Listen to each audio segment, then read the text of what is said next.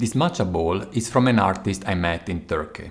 Someone who left law behind to dedicate her life to clay.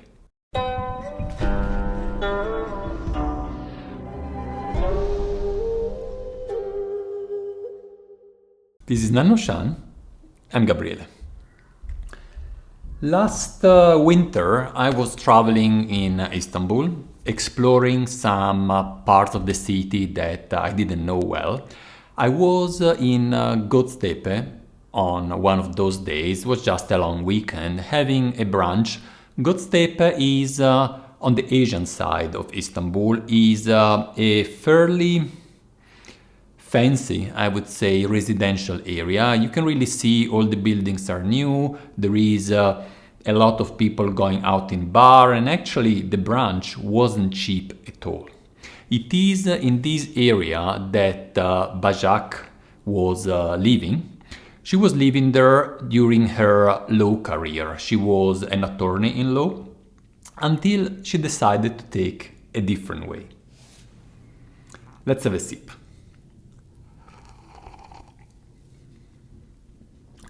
Bajak moved to the countryside, about 1.5 to 2 hours from Istanbul, near the Bulgarian border. There she set a house and also a ceramic atelier. She decided to leave her attorney career completely behind her to dedicate her life to ceramics, to clay, to shaping with clay ceramics. Here we have some example. I met her in Istanbul. She was so kind to come to the city to meet me. We met in a bar outside. It was pretty chilly, and she started taking out of the bag every possible pieces that she brought just to show them to me, because I had just seen just a few pictures of her wares. I really liked them, and that's why we met, but I didn't see much indeed. She doesn't make only matcha teaware, but mainly so. Also some, what I remember, just some general bowl as well, not specifically for matcha, and also, for example, some candle holders and so on. Now, we have one thing in common, and is we like simplicity. Simplicity, really linear lines, very simple style. Simple doesn't mean simplistic in a way, right? It's still with a certain touch of elegance, I would say. And I like the way that she combines glaze with glazes.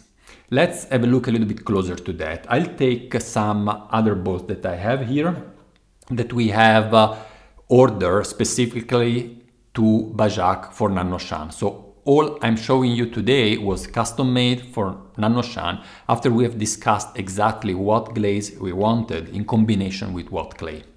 What do you see here is a whitish, a little bit maybe dirt white. It reminds me the Dead Sea salt, which is not so white. It is a little bit grayish, and it has 2 layers of glaze. You can see it on the inside because here there are some brown darker spot inside. That's not clay. The inside is completely glazed. It's just the underneath layer that comes through. However, on the outside you can see that there is still clay, and this is important to Bajak. You have about you can see it here, 2/3 is glaze, and then the foot of the bowl is the original clay. In this case it is a white speckled stoneware. We have another combination of white speckled stoneware with this bluish cup. This is more, you can still connect it to sea. It looks like very deep ocean waters when there are still some rays of sun going through the water and playing with different reflections, let's say, in the water. So inside you have these drops of water that are falling through the contour and the walls of the bowl, and on the outside, as we said, we have these 2 different layers. There is one more, that is the one that I have here. We got 3 different bowls from Bajak, which I think I pronounced pretty badly because it's Bashak, but somehow I always tend to say Bajak. That's wrong. Sorry, my bad.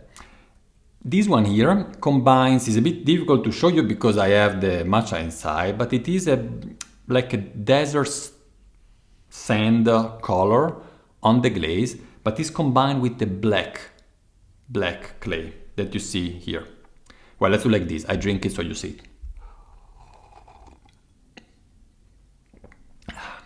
Really nice, actually. It's uzucha, but I use ceremonial grade, which I usually dedicate only for thicker matcha, and it tastes beautiful.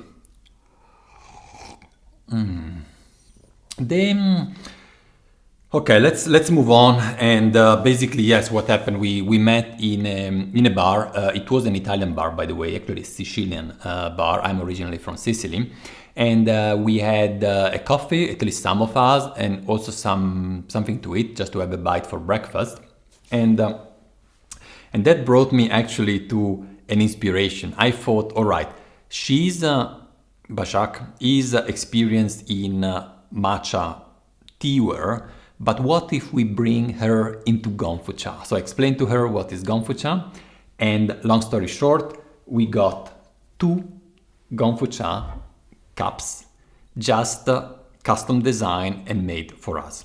One is with the whitish glaze that I was saying before, but it has also some splashes of green that recalls actually the matcha. So if you're brewing actually matcha for more people in a bowl with a spout and you distribute it, you can use this cup to distribute it to your guest. Although sometimes, if you know your guest, you can drink just out of the same bowl, as actually it is traditionally done in Japan. The other one is a glaze that it has this opaque, and also it has a different texture. So it is smooth here, and here is a little bit different texture. I don't know, it's still smooth, but it's a bit more friction in a way.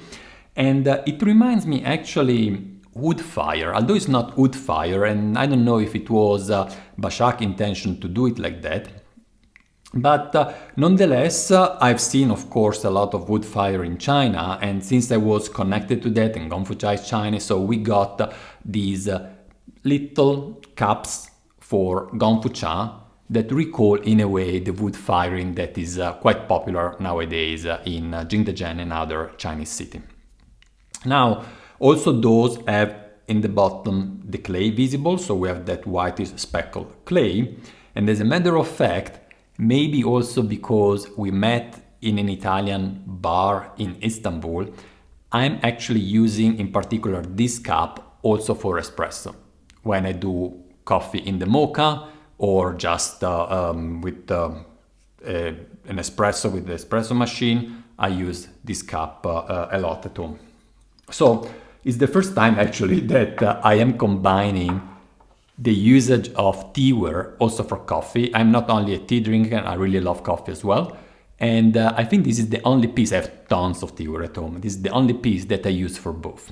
Now, coming back to the matcha bowls, we've got also the whisk holders. This is the same glaze as these, we say, the desert sand color, and we expressly asked Bashak to manufacture smaller one. In fact, actually the first that she produced were pretty large, but my personal experience, I don't know, you guys let me know in the comments below, is that when the holder is too wide, I almost have the feeling that it's tearing apart my whisk, while this item is supposed to just avoid that the whisk collapses, right?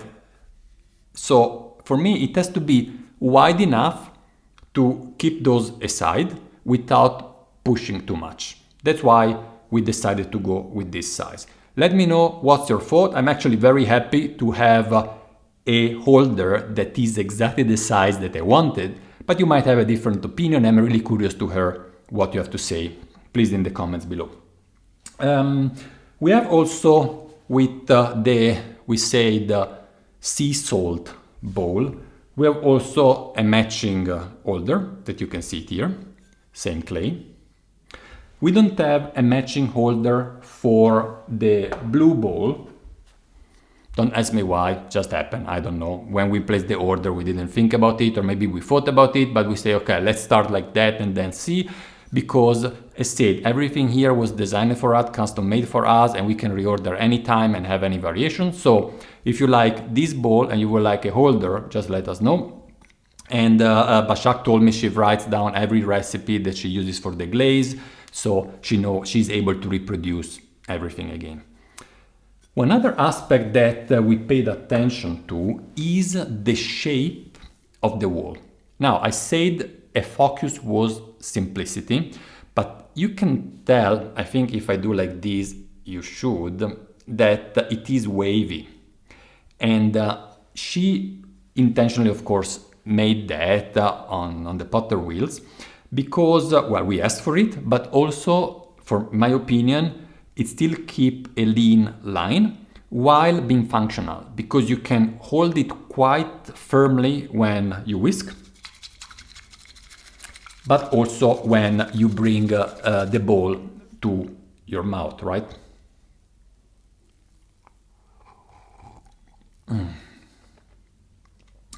Yes, and this is the collection that we've got today. I'm really happy to starting this collaboration with Bashak. It was, not really a coincidence, right? I travel a lot, and every time I travel, I'm always attentive if there is some opportunities for cooperation. Can be tea, can be teaware. Of course, Turkey is a very strong tea culture, but it's not the type of tea that we have at Nannuoshan. But here we are. We have found a beautiful artist.